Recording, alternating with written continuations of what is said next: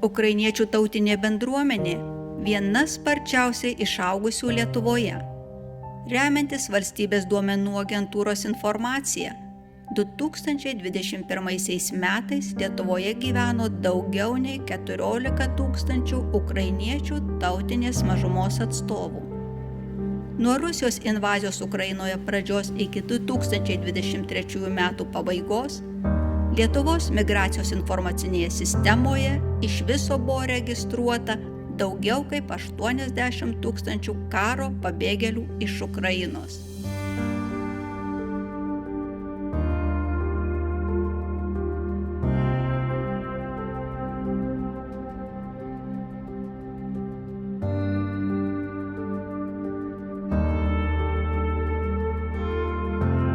Ukrainiečių tautybės atstovų atsiradimas Lietuvoje siekia Lietuvos didžiosios kunigaikštystės laikus.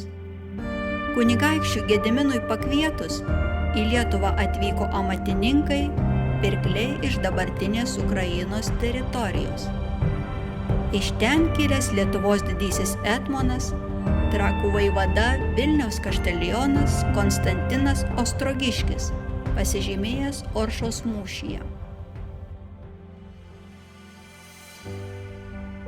Svarbus abiems tautoms 1596 metai, kai buvo sudaryta Bresto bažnytinė unija, abiejų tautų respublikos stačiatikių ir katalikų bažnyčių sąjungos sutartis, kuri suformavo rytų apeigų graikų katalikų arba unitų bendruomenę. Nuo XVI amžiaus pabaigos šios apeigos buvo būdingos ukrainietiškų žemių gyventojams. Kūrėsi šventyklos, vienuolynai, seminarijos.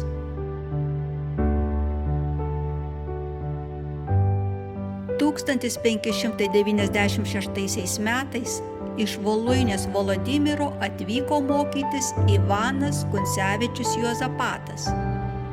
Gimęs dabartinės Ukrainos teritorijoje, stačiatikių šeimoje, Ivanas Kuncevičius Juozapatas, pritardamas Brastos bažnytinės unijos deklaruotam bažnyčios dalies atsivertimui į vienybę su Roma, šiai vienybei skyrė savo gyvenimą.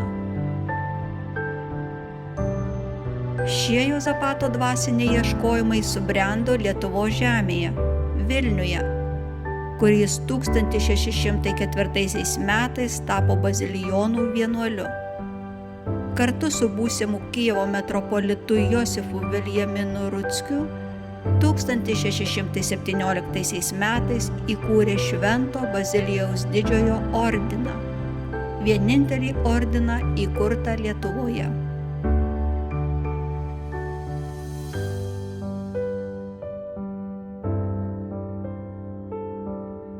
Lietuvoje įkurto ordino vienuoliai tapo žinomi šviečiamąja veikla. Statė bažnyčias, vienuolynus, kūrė mokyklas, steigė spaustuves, organizavo leidybinę veiklą. Išgarsėję vienuoliai bazilijonai iš Švento Bazilijaus didžiojo ordino centro, Švenčiausios Trejybės vienuolyno Vilniuje, buvo kviečiami į įvairias vietovės dvasiniam ir kultūriniam gyvenimui kelti. Ukrainiečių istorija Vilniuje glaudžiai susijusi su Švenčiausios Trejybės šventove. 1990 metais iniciatyvinė grupė įkūrė organizacinį komitetą religiniai bendruomeniai sukurti, kurios aktyvi veikla ir šiuo laikmečiu vyksta Švenčiausios Trejybės bažnyčioje.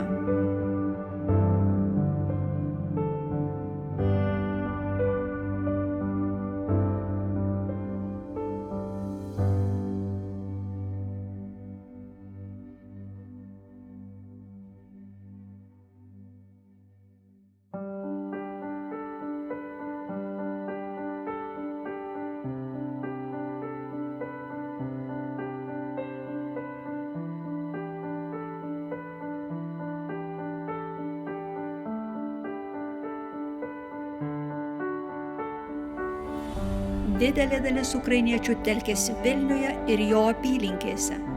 Nemažai ukrainiečių į Lietuvą atvyko po 1940 metų. Jie priklauso nuo seno Lietuvoje gyvenančioms tautinėms grupėms, kurių ir bendras skaičius po Antrojo pasaulinio karo didėjo. Vilniuje gyveno poetas ir dailininkas Tarasas Ševčenka. Vieną iš eilėraščių jis dedikavo šlovingam Vilniaus miestui.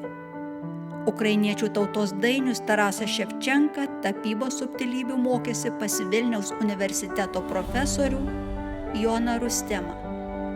1840 metais išleido eilėraščių rinkinį Kobzarius, 1842 metais poemą Haidamakai.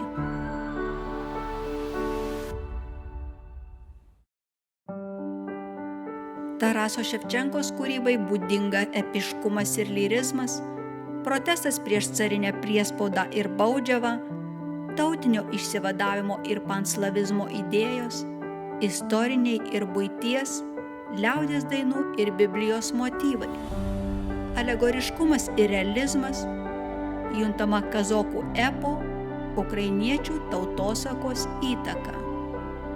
Tarasui Ševčenkai atminti Vilniuje pastatytas paminklas, atidengtos memorialinės lentos.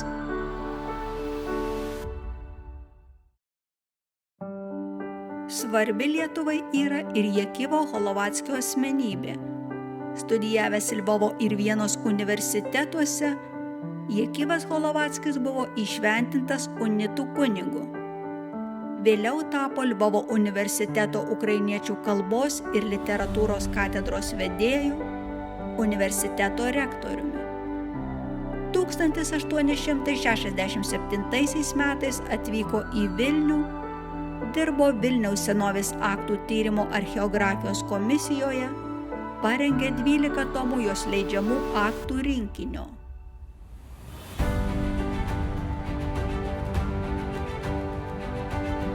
Ukrainiečiai aktyviai dalyvavo sąjūdžio veikloje, sausio 13-osios įvykiuose, palaikydami Lietuvos siekį atgaivinti nepriklausomybę. Jau 1988 metais buvo įkurta Vilniaus ukrainiečių bendrija, o 1989 metais Lietuvos ukrainiečių bendrija. Nuo 1991 metų Lietuvoje įregistruota graikų katalikų unitų religinė bendruomenė.